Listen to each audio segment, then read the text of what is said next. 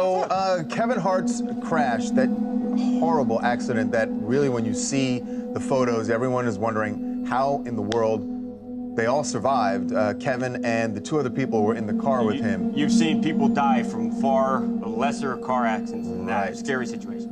So we know that Kevin had surgery on Sunday night, and we got actually an update on his condition from his wife, who was at the hospital. But right now we want to talk about the investigation into what went wrong in this accident. How did Kevin's car end up? This is a vintage muscle car that he just bought back in June. I believe it was in June for his birthday. 1970 Plymouth Barracuda. How did it end up off the road, 10 feet off the road, in a ditch with the roof collapsed in on it?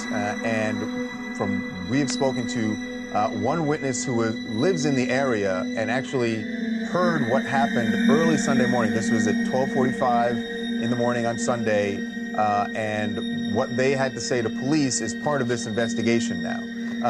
So the witness told us that they heard tires screeching, and this is, for people outside of LA, you know, this is out in the hills, it's very quiet.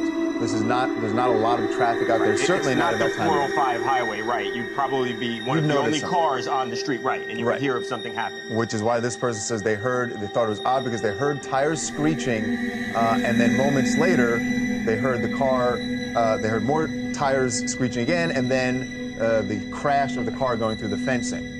The witness says that it was odd just because they don't hear that kind of thing. And you can see, Charles, when you have the pictures up there, you see like the burnt rubber, the skid mark on the street, and then the car goes right through the fence. So you can imagine. How do you do it? I look on Twitter, there you are. Yeah. Facebook, there you are. Television, there you are. How do you do it? I have a clone.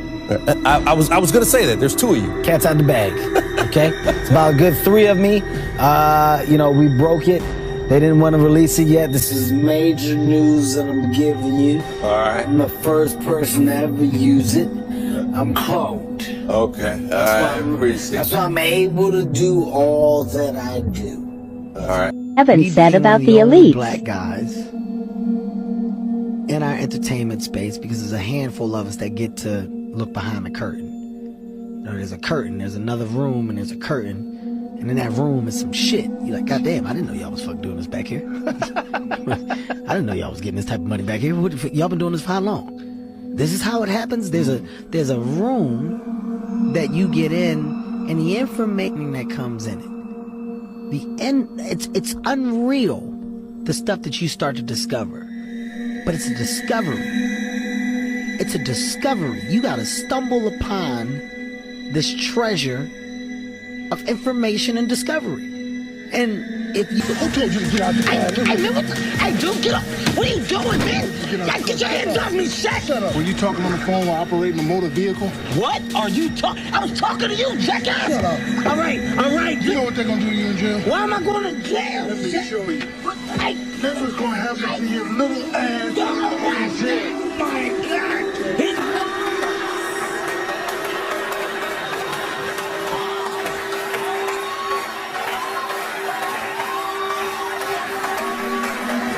I'm gonna tell you this, but I have no choice.